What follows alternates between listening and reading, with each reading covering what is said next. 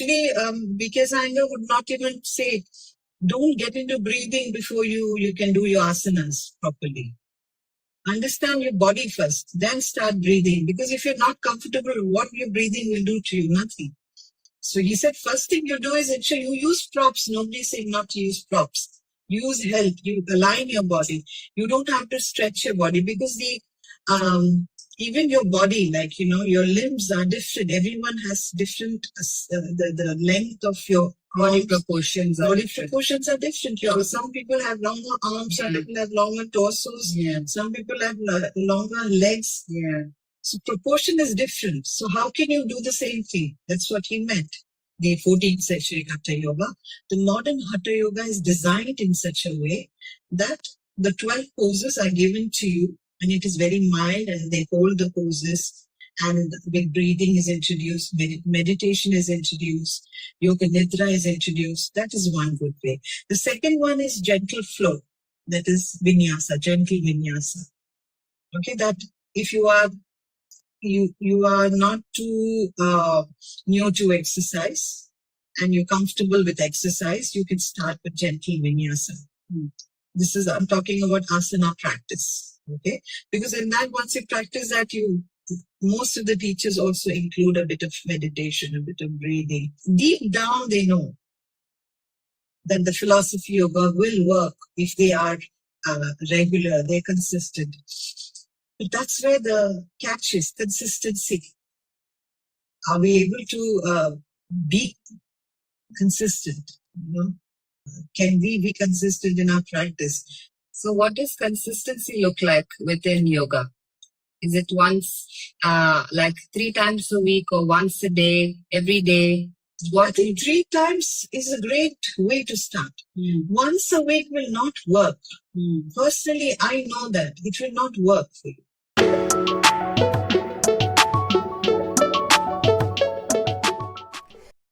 In today's episode, we discuss the current trends in yoga, the importance of a good yoga teacher and a yoga class, and how to get started if you're a complete beginner.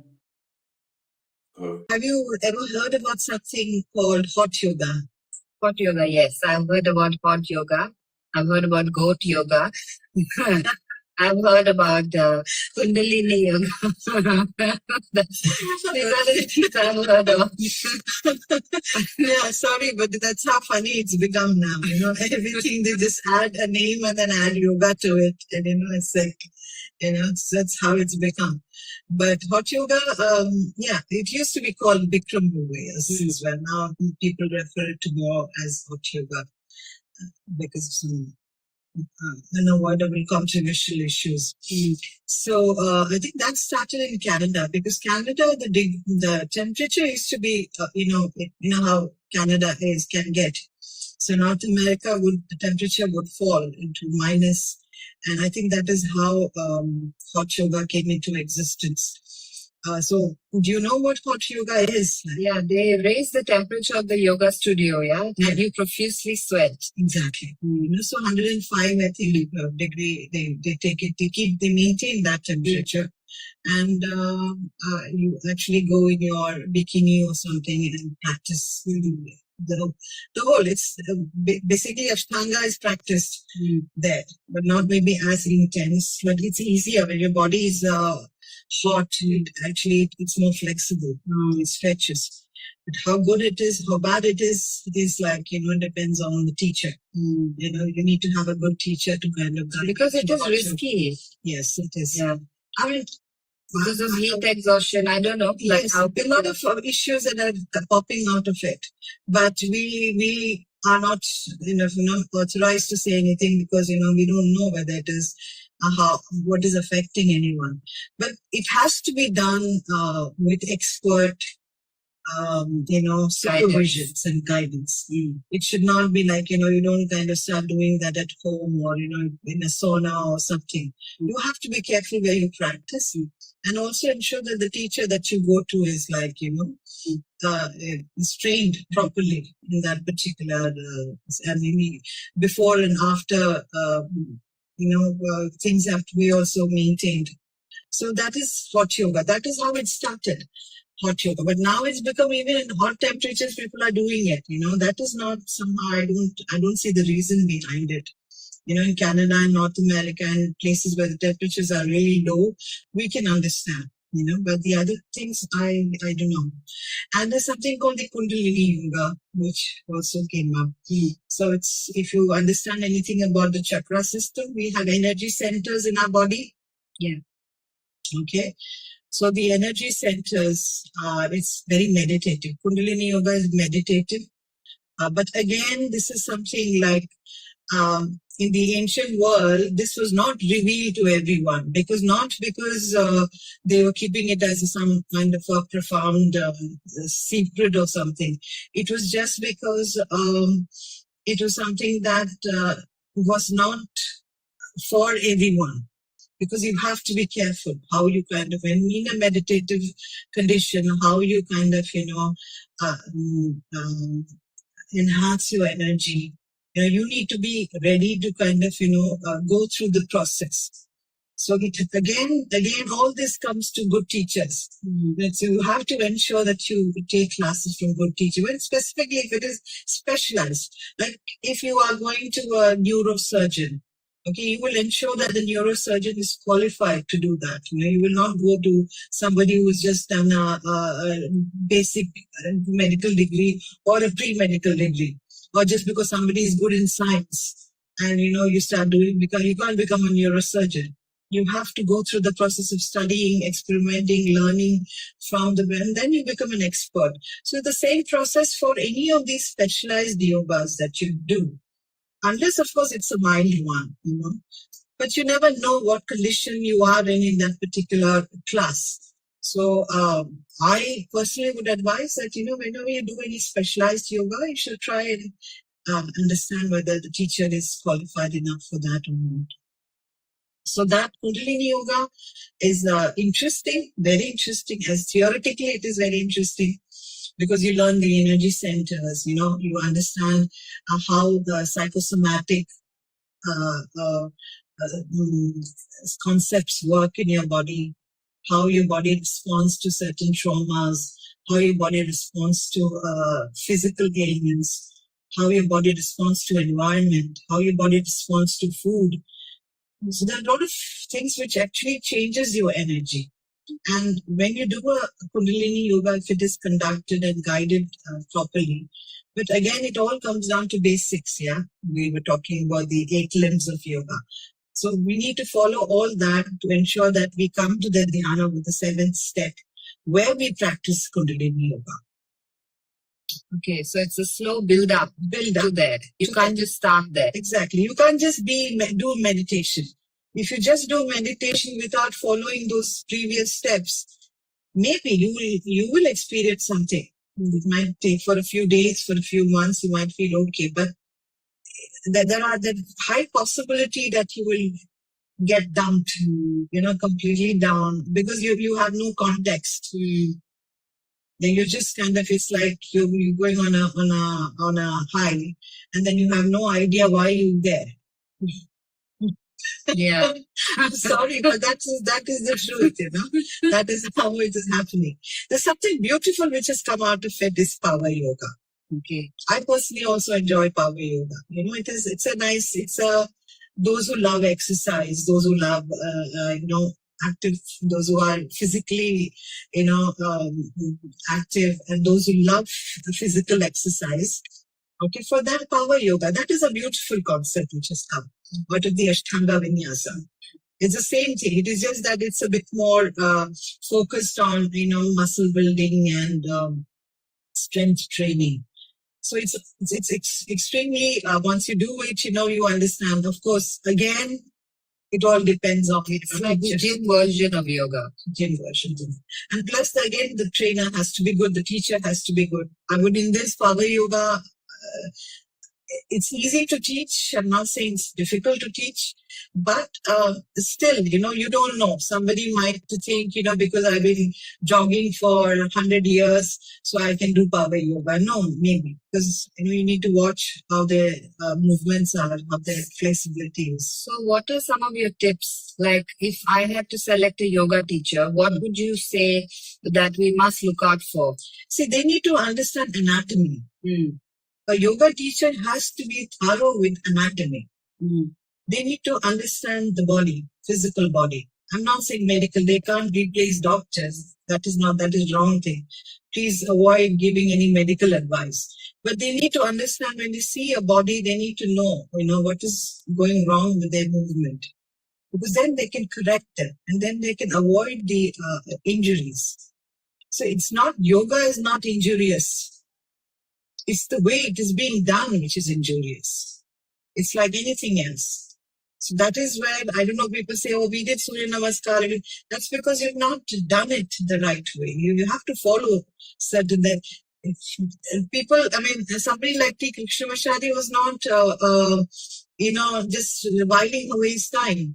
He was understanding how a sequence works, what it does to a part of the body. How when you turn your body in a particular way, how does it affect the other limb, the opposite limb? So if you want to strengthen movements. Exactly. So there's a science behind it. People have been working on it for millennia. So what are you kidding? Like, don't think that you do a 2-week course and you can go and teach yoga. It is not possible. It is anatomy. You can give a basic, guidance, but that's all that you can do. So anatomy is one thing, more than anything else. Forget about the compassion, forget about the sensitivity, forget about teaching qualities. But if you understand anatomy, at least you will guide the student in the right way. Another good thing which has come out of it is restorative yoga. That is also very nice. Where again, thanks to BKS Iyengar, using props. He's the one. Again, I would. For me, I think as a teacher, I take inspiration from BKS Iyengar to the level where I still remember I had books of him and I would read. Like he would say, a mountain pose, which is just a standing pose. You're standing there on the mat.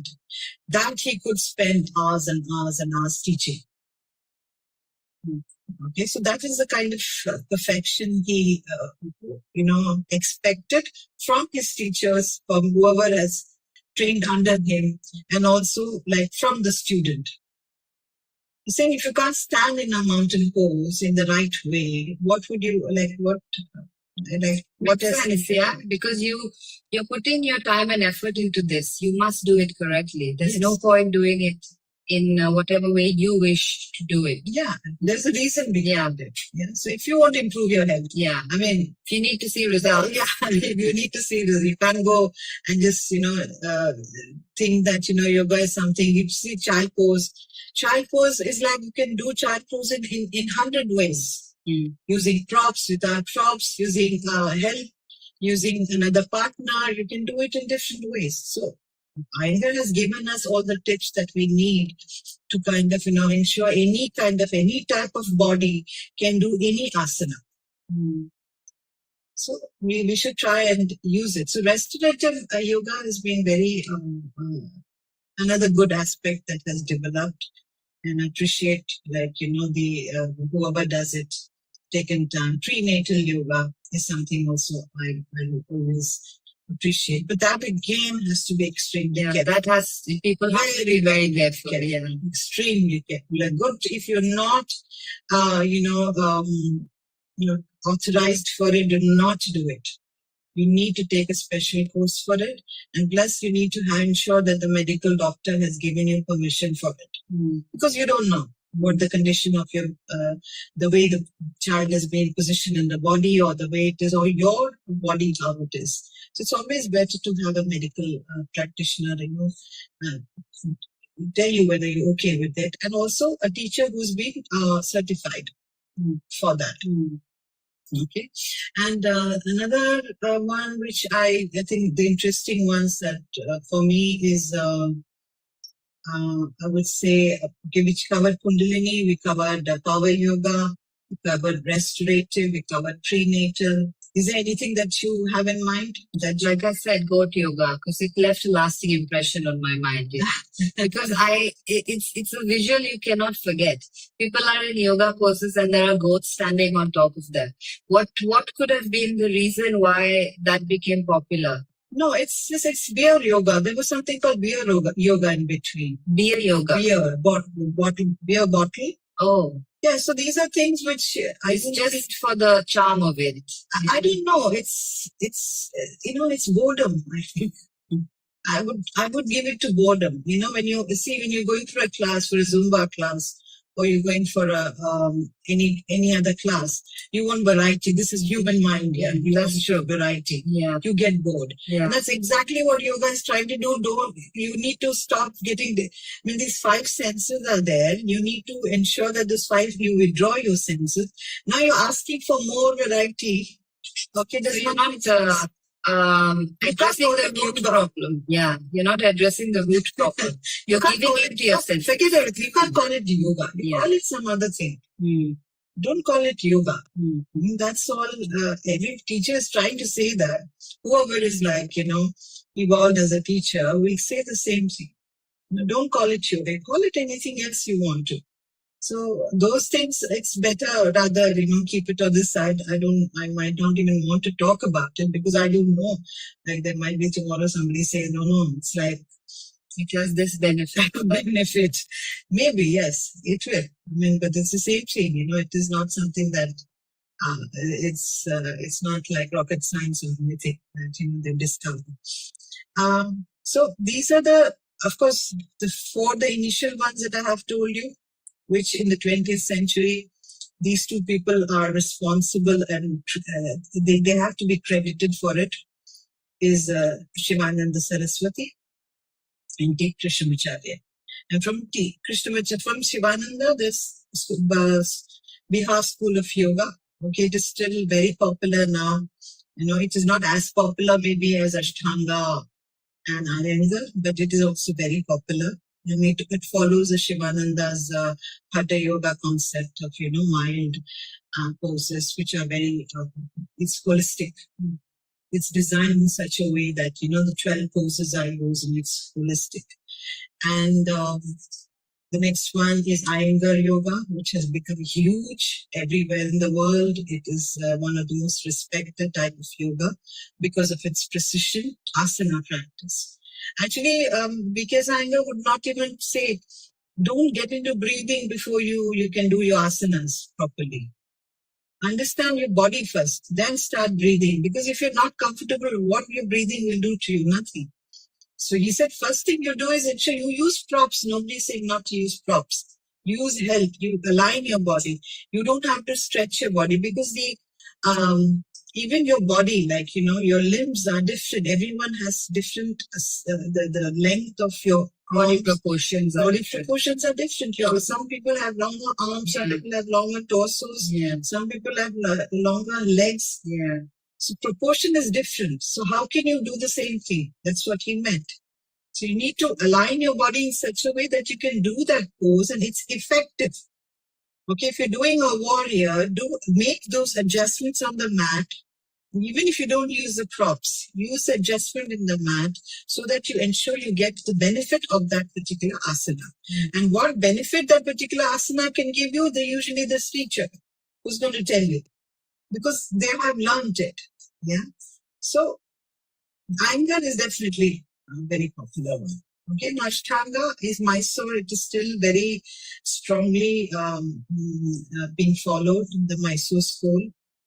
It's Ashtanga Vinyasa is still being taught and they're keeping up. Of course, maybe they made it a little bit more easier, They're not as tough and not harsh as it used to be. But people who would like to practice that, they are most welcome to do the advanced thing even there. There are enough teachers who can teach you, but do practice it carefully and under supervision. Do not. After the intermediate, I think after the primary series, you need to practice the intermediate for a long time before you get into the advanced series.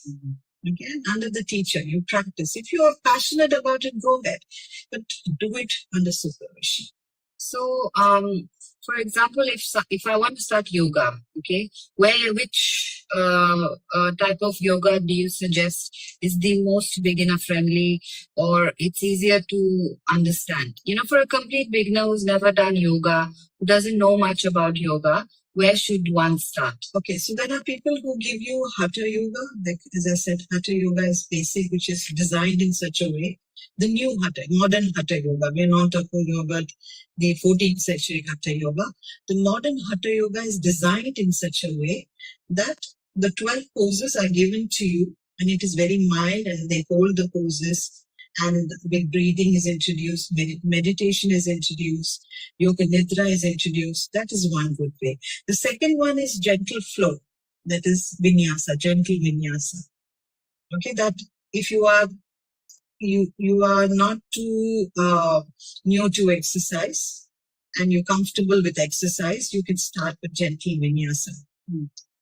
I'm talking about asana practice. Okay, because in that, once you practice that, most of the teachers also include a bit of meditation, a bit of breathing, everything. So gentle vinyasa is a good way to start.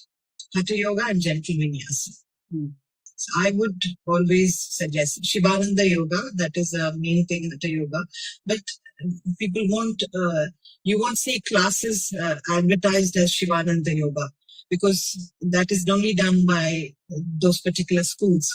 There's an institute, So instead of that, it will be Hatha yoga, or it will be gentle flow yoga. Things like that would be okay to start with if you're interested.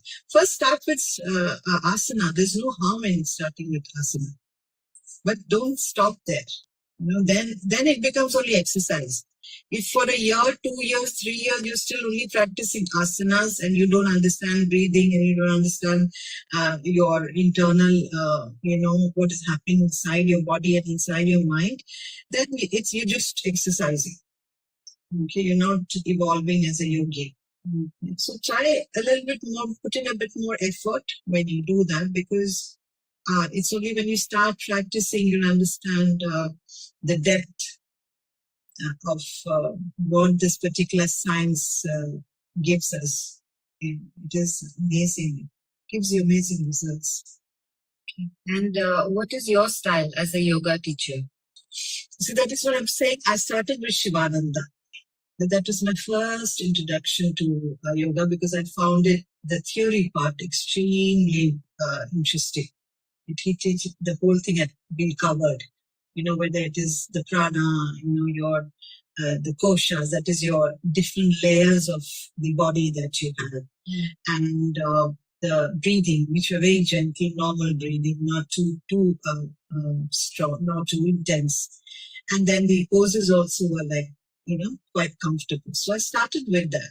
But when as I said, when as a teacher, like for me, BKS Iyengar was the main thing. So I still follow when I'm teaching, no matter how hard I try in that class to kind of, forget that for some time and just go flow, I can't. It's like you can't unsee something you've seen, It's the same problem with me. So correction, for me, like that feet has to be on the right place, make sure your knees are right, when you're turning, you're twisting, be careful what you're doing, because you need to get the full benefit of that particular pose. So you don't have to be a gymnast for it. It is just the way you move your body, you twist your body. It's just the alignment, and you will get the benefit. So why are you doing, torturing your body? That was my philosophy. So I incorporated that. Then, of course, for me, the meditation part and the breathing part and the philosophy behind that so I have incorporated, I've designed in such a way that, I use all these elements together. And because I've been practicing for such a long time, so that it has become like now one design that I have created. It's my personal thing, so, but the inspiration is from VKS Iyengar, Shivanand, and of course Ashtanga for the power yoga, because I enjoy power yoga, so I take it. But Ashtanga, I don't completely, usually push people into Ashtanga advanced, because that you need to be really practicing hard. You cannot be halfway into yoga. You have to be continuously practicing it, and it's quite tough. So I usually avoid teaching that, because it's not easy. Let's be fair, it's not easy for everyone. And once you enjoy, it's not like, we are in a community where, the yogis all around, and then we can help each other. So then it takes a good 6 weeks to heal yourself. So you should be ready to kind of go through that to do Ashtanga advanced. So I still suggest when I'm teaching to stick to the primary and the intermediate series. And then as you keep practicing, those who are really good at it, they can move on. And if I see people moving on to the next level, I love it. I enjoy it, and then I push them into it. I try and encourage them into going into the advanced level. So that is how I operate. There is another one called, which is also popular, the Yin Yoga. Yeah, I've heard about it. Yin Yang Yoga. Yeah. So that's almost very restorative as well. Okay. It is like balancing your energy. So it is also restorative. It's another name you can say for restorative. It kind of the left and the sun and the moon side of you, or the female and male energy of you, just to balance that out. So usually you do it again with props we use for that, or it's like holding a very relaxing position for a longer time, and then ensuring you breathe through it, breathe until the breathing becomes relaxed, the body becomes relaxed.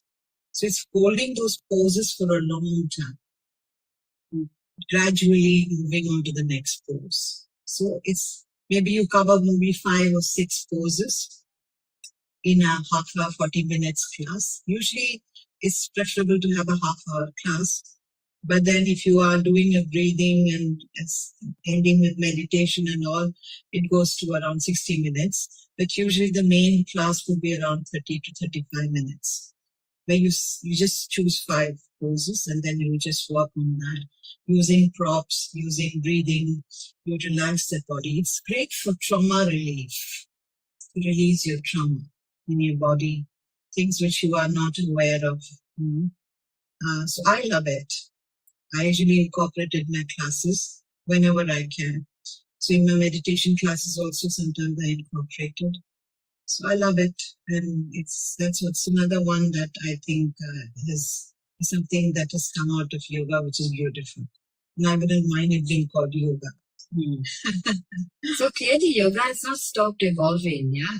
I don't think it will ever. How do you think, or where do you think yoga is going to go in the future? See, I think now it's come a full circle now. Okay, now they went to all the gymnastics and asanas and, jumping around. And even now we're doing, the youngsters are still trying to find new things, flying yoga and, flow yoga. Yeah, everything is being tried. Aerial yoga and all those things are being still, because that will never stop. Your love for, if you are an extrovert and you work with your physical body, you're a sports person, you're a dancer, you would always love to use your body in movement. So that is never going to stop. So it's only going to evolve. So that aspect is there. But I feel there's come a full circle where people have started understanding that, yoga is much more than that it has its mental benefits.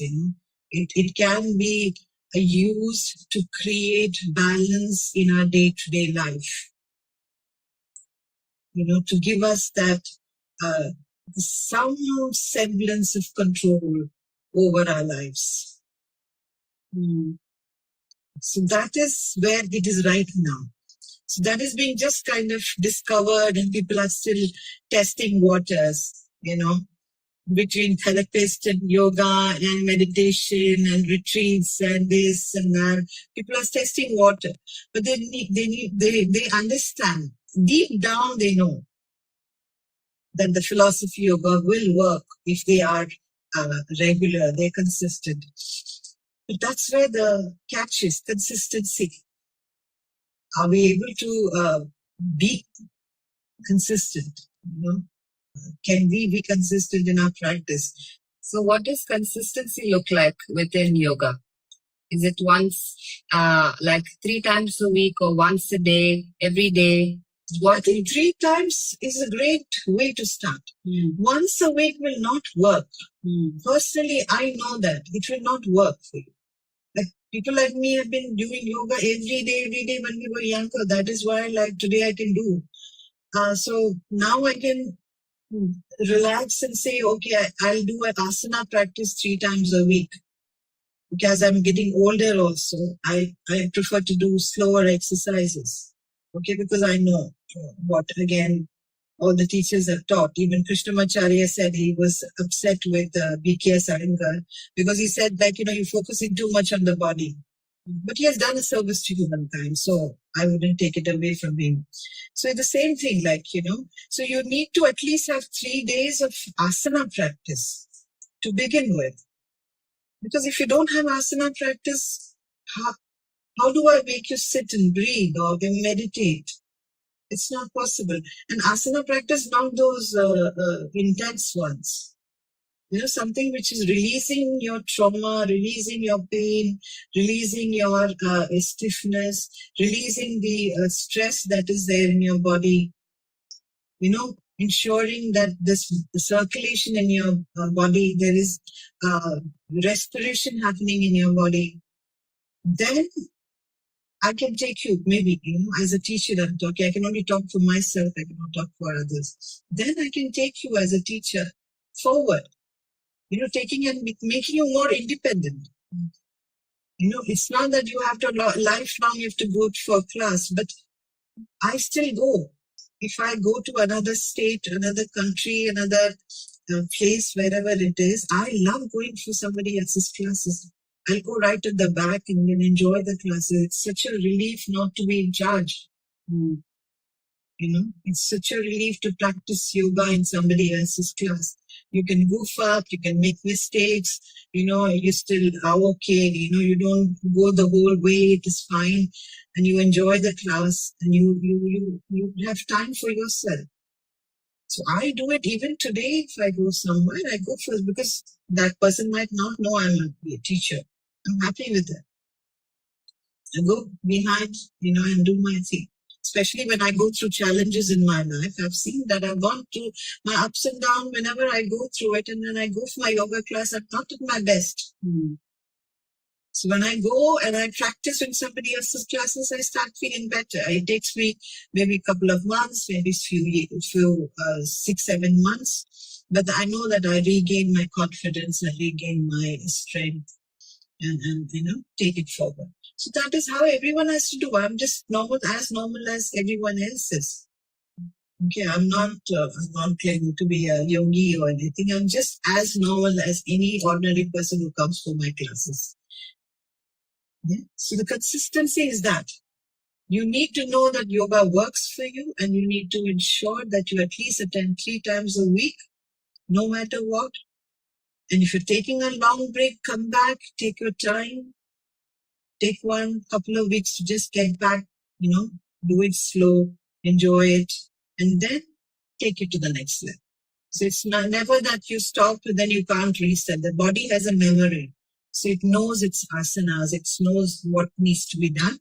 But because it has been inactive, there are certain muscles and tendons which are like tight. So you need to give it a couple of weeks to ensure that you get it back into motion, getting back into movement, and then you can push it to the next level. So that is all that you have to do. I saw a reel on Instagram of BKS Iyengar saying that 20 minutes of yoga a day will change your life. What do you 20 feel? minutes. What do you feel?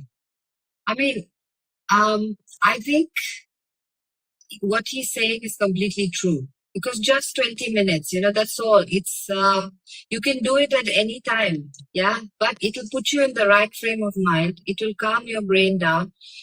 in a way that you can deal with whatever's coming to you that day. Just 20 minutes, like even if you're traveling, you're going anywhere, after waking up, whatever you're doing, just 20 minutes, you just kind of use 1 or 2 poses, 3 poses.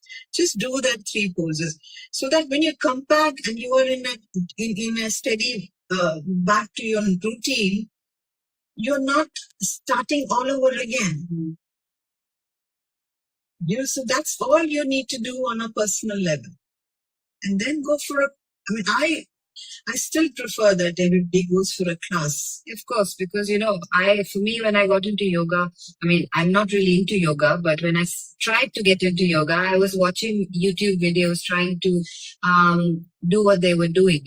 But because I had no knowledge about what yoga is, or never attended a yoga class before, I couldn't do it. Even if it was, the video was for 30 minutes, 10 minutes in, 15 minutes in, I would give up, because there was nobody pushing me, or there was no one telling me how to modify, the poses for, let's say, some ailment that I have in my body. So when I did attend the yoga class, your yoga class, I felt a big difference. I did things which I previously attempted and I wasn't able to do, but I did it in your class and I really surprised myself.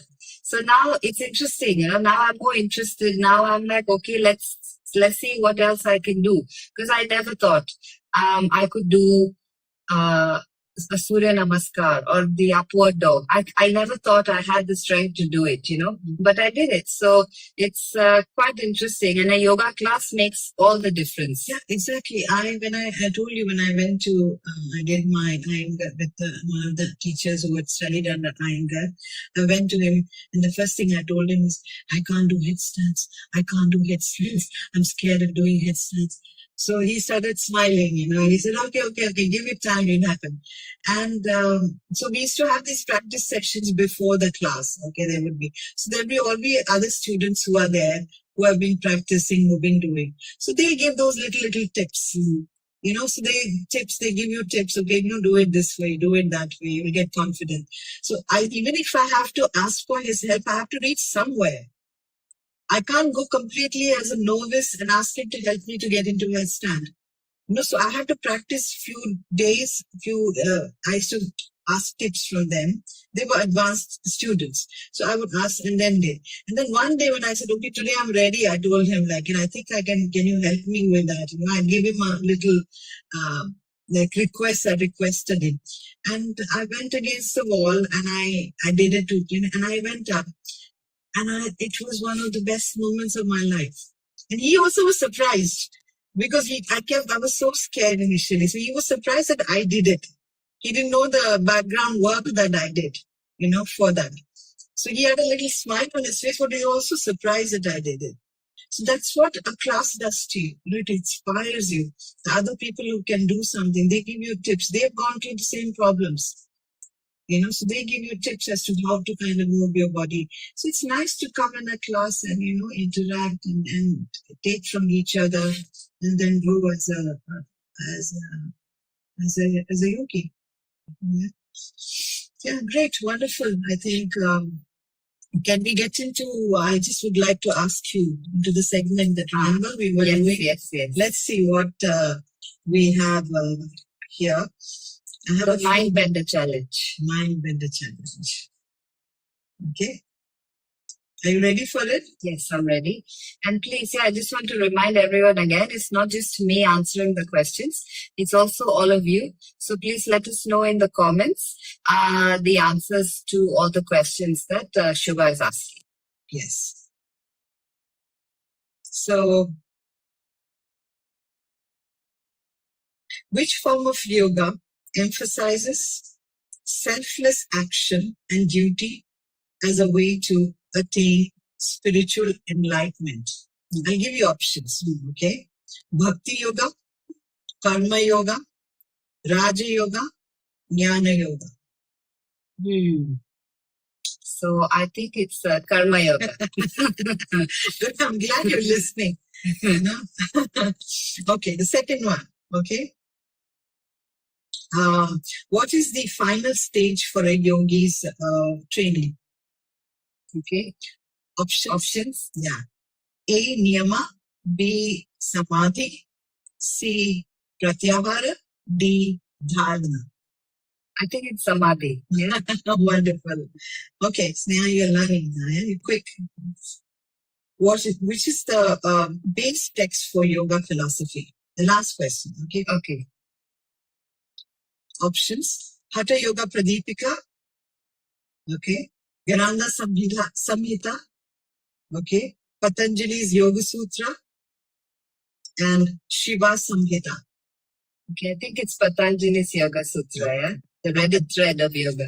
It's Patanjali, not Patanjali. Patanjali. Patanjali. Patanjali. Yeah. Okay. I keep hearing people pronouncing it Patanjali, but it's Patanjali. Patanjali. Okay, the right pronunciation. Great. So you become a yogi now. This is modern yoga. A few questions answered and you become a yogi. But good job. I think you've done it. Yes, of course. I mean, I've learned so much. I have learned so much. I never thought I would ever, know all of these things. So I'm really glad that I'm learning. Yeah, I'm happy. And let's take this journey forward. And I really would want you to, and also the listeners, to ask questions in the comment section so we can cover that. There'll be little questions that you have about your personal questions, also something to do with the yoga's philosophy or asanas or anything else that you would like to ask. I also want you to kind of,